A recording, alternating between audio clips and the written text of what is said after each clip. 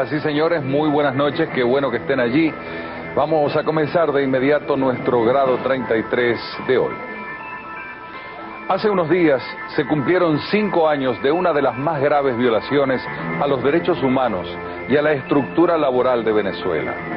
Miembros de la nómina mayor de PDVSA que como parte de su contrato laboral ocupaban viviendas con sus familiares en Los Semerucos, Estado Falcón, fueron desalojados entonces violentamente por la Guardia Nacional y por la Policía del Estado. El ataque se perpetró en la madrugada contra 220 viviendas, donde dormían unas 600 personas de todas las edades. 34 niños y 19 adultos resultaron lesionados, sin contar con la secuela psicológica de los menores, algunos de los cuales hasta hoy están pagando tributo a lo que vivieron el 25 de septiembre del año 2003. Ese es el tema de esta noche en grado 33. Hay hechos que por su violencia y por la perversidad de los mismos, así por la naturaleza, por la debilidad de los agredidos, constituyen no ejemplos, sino evidencias de lo bajo que puede descender un ser humano. El 25 de septiembre, cientos de guardias nacionales del destacamento 44, allá con sede en Punto Fijo, y numerosos policías del Estado entraron en horas nocturnas, dando gritos de guerra, insultando a las mujeres, diciendo nosotros sí somos machos, aquí viene un hombre que las va a meter en cintura, disparando perdigones, lanzando bombas lacrimógenas, repartiendo peinillazos. Como consecuencia de esa agresión que en los anales de la historia de Venezuela, cuando uno revisa el último siglo, el siglo XX de nuestra historia republicana y lo que va del siglo XXI, no hay un acto más bochornoso que el protagonizado por los elementos de la Guardia Nacional en esa fatídica fecha. Los Semerucos era una de las urbanizaciones que tenía la industria petrolera, que todavía las tiene, que forman parte del contrato laboral cuando las personas se empleaban a diferentes niveles. Era un campo realizado cuando se hizo el cambio de patrón de refinación y no estaba todavía integrado, o sea, era un campo que todavía se manejaba directamente por la industria. Ese campo tenía entonces lo que se llamaba como nómina mayor, porque habían otros campos para la nómina menor, estaban divididos en grupos de operadores y grupos de la nómina mayor que llevaba la parte administrativa, financiera, operacional, proyectos, etcétera. Fui la primera desalojada.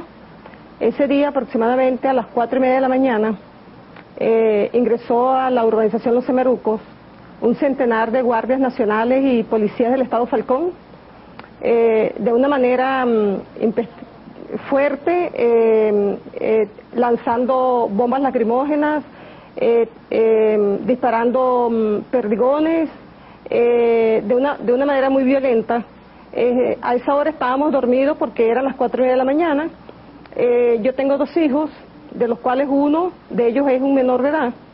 Y en ese momento nos tuvimos que ir a un cuarto, encerrarnos en un cuarto, porque los gases nos estaban asfixiando. Aquí vemos a una de las familias saliendo de la casa, afectadas por los gases lacrimógenos.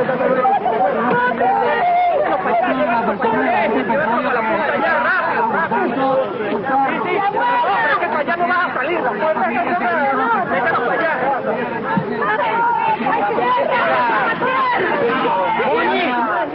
¡Ay, abuela!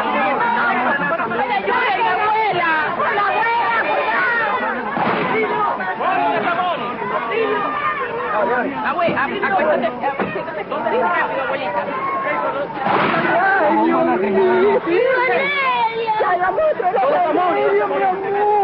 Entraron más de aproximadamente 200, 300 guardias nacionales y policías, tomaron toda la urbanización, rompieron la cerca para ingresar en horas de la noche, en horas de madrugada, que ya era oscuro, ingresaron y tomaron toda la urbanización, lanzando bombas, no solamente, digamos, en los patios de la casa o en los alrededores de la casa.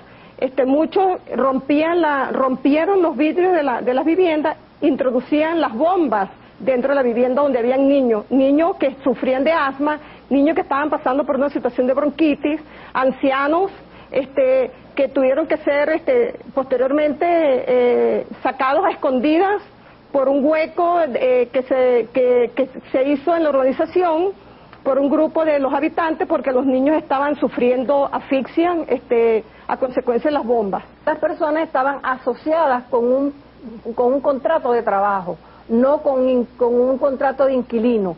Esa acción tomada por el gobierno nacional fue realmente una acción de venganza por lo sucedido con el paro cívico en el mes de diciembre, y realmente la necesidad que ellos tenían de ponerle mano a esa urbanización para meter a las personas que el régimen quería que en ese momento entraran a la industria petrolera. Esta es solo una de las muchas violaciones a los derechos humanos que se registran en el actual gobierno. Volvemos en instantes con más de este tema. Es hora de que hagamos la primera pausa, ya venimos. El desalojo violento de los habitantes de los Semerucos sea un emblema del total desprecio del gobierno del teniente coronel Chávez por los derechos humanos. Después de estos 5 años, las cosas no han cambiado, y la confirmación de esa intolerancia hacia las críticas en materia de derechos humanos fue la expulsión del país del director de Human Rights Watch, José Miguel Vivancos. Estamos en presencia de un Estado represivo, de un Estado fundamentalista, de un Estado que impone un solo pensamiento único, donde los derechos civiles y políticos, y no es cuento, están los testimonios allí, se restringe. Ahora, ¿quién es responsable? Los poderes públicos. El Poder Judicial no actúa. El Ministerio Público, garante de la legalidad, tampoco actúa. El Defensor del Pueblo desapareció. Esta muchacha no se sabe dónde está en Venezuela. Y por supuesto la Asamblea Nacional, que es un ente de control legislativo, que debe buscar el mecanismo de interpelación para cuando hay un desbordamiento de las funciones de los funcionarios públicos del gobierno de turno, para que lo actúen para controlarlo. Eso no existe. De allí que podemos decir, como activista por los derechos humanos, como abogado, como defensor durante mucho tiempo, que el Estado, el poderoso, el fuerte, la estructura, actúa siempre en forma de vida con el débil, el ciudadano, que tiene sus derechos de la Carta Magna, pero que no hay quien los defienda, que tiene sus derechos constitucionales ahí plasmados en las leyes de la República, pero nadie los defiende, porque los poderes públicos están de vacaciones en Venezuela. Los Semerucos fueron el agua derramada que ya no se podrá recoger. Como consecuencia de esa agresión resultaron heridos 19 personas, varias de ellas de suma gravedad, y 36 niños fueron afectados, fueron asfixiados. ¿Y cuál fue el motivo? Sencillamente que querían desalojar a una trabajadora de Petróleos de Venezuela que había sido despedida ilegalmente, como es Aide Irauquín, sin orden judicial. Ahora, para sacar a esta señora de su vivienda, lo que hicieron fue que 4 o 5 horas antes de que llegara la orden del juez, la Guardia Nacional irrumpió, aprovechando la complicidad de la noche, como actúan los criminales, como actúan los cobardes. Un desbordamiento de un Estado hacia un ciudadano. Por otra parte, no solamente la violencia física por parte del Estado a través de los cuerpos de seguridad del Estado, sino también la violencia psicológica. En los Semerucos se violaron todos los plazos concedidos, además de los derechos humanos. Nosotros pensamos que hay que investigar la responsabilidad que le compete en primer lugar al entonces comandante de la Guardia Nacional, Jesús Villegas Solarte, quien dijo que la Guardia Nacional había procedido de acuerdo a derecho. Eso es falso. Él le mintió al país. La orden llegó, incluso está asentada en el acta del destacamento 44, que la orden para el juez Pastor Liscano, para acompañar al juez Pastor Liscano, que era el juez de ejecución, llegó a las 10:30 de la mañana, cuando ellos habían irrumpido en el campamento a las 4:30 de la mañana. Quienes fueron despojados de sus viviendas en los Semerucos aún no han sido indemnizados. Casos emblemáticos, precisamente 5 años de aquel escenario difícil y violento por parte de la Guardia Nacional desalojando a trabajadores petroleros con sus hijos, con su familia, bombas lacrimógenas, peinillazo, represión, hostigamiento, odio, venganza, sin duda alguna que es una situación sumamente difícil. Hoy en día el Estado mismo no ha podido indemnizar a quienes decidieron manifestar en esa oportunidad, razón o sin razón, asumieron un derecho constitucional como es el derecho a la protesta, a la manifestación, al reclamo justo ante un Estado superpoderoso que estaba desconociendo los méritos y su hoja de servicio. A raíz del episodio de los Semerucos, varios de los funcionarios de la Guardia Nacional fueron premiados con ascensos. Y ellos actuaron bajo la orden también de un coronel, que tengo entendido que hoy es general, que es Gumercindo Piña, que era el oficial de inteligencia. Ahora, sin pretender pues inculpar a toda la Guardia Nacional, ni desde luego caer en el hecho de desacreditar a un cuerpo, no hay duda que los elementos que actuaron en ese momento mancharon la imagen de la Guardia Nacional, y debería ser la propia Guardia Nacional la que procediera a hacer la investigación correspondiente. Regresamos en instantes con más de Grado 33, conmemorando los 5 años del atropello del gobierno contra los trabajadores petroleros de los Semerucos en el estado Falcón. Hora de otra pausa, no se aparten de la sintonía, regresamos luego. Este gobierno es verdugo, más verdugo que todos los gobiernos que han habido en este país. Como argumento de Estado ha sido una reiteración en el actual periodo, pero lo que ocurrió hace 5 años en los Semerucos, como también en otros, tales como Campo Médico y Uribana, fue un ejemplo de lo que han sufrido los petroleros, del recoger los testimonios de quienes vivieron aquella violencia y observar algunas imágenes es una forma de ser solidarios y de reiterar que hay cosas que no podemos olvidar. Estuvimos aproximadamente como hasta las 7:30, 8 de la mañana recibiendo las bombas lacrimógenas de estos efectivos militares y policiales, y aproximadamente a las 11 de la mañana llegó el juez ejecutor del distrito Carrera Urbana con un centenar de guardias, policías, la DICIP. Lo extraño era que en el momento antes de las 11:30 no hubo presencia en los Semerucos de los funcionarios del Consejo de Protección del Niño y del Adolescente del Estado Falcón, sabiendo por las imágenes que ya estaban saliendo por la televisión sobre cómo estaban siendo afectados niños, ancianos, adultos. A las 11 de la mañana, mi hijo estaba en una situación de asfixia, mi hijo sufrió graves lesiones a nivel de la garganta. Posteriormente lo tuve que llevar a un centro hospitalario. Estamos hablando también de que hubo como 45 niños que sufrieron todos los embates de estas bombas lacrimógenas, y aproximadamente a las 11 de la mañana fue cuando fueron a mi casa todas estas instituciones que anteriormente ya mencioné, la Guardia, la Policía, la DICIP, los funcionarios del Consejo Protector del Niño. Ay, ¿por qué son así? Dios mío, aquí no hay ley. La manguera amarilla, apúrense. Aquí ya Alonso, toma, pégale la manguera.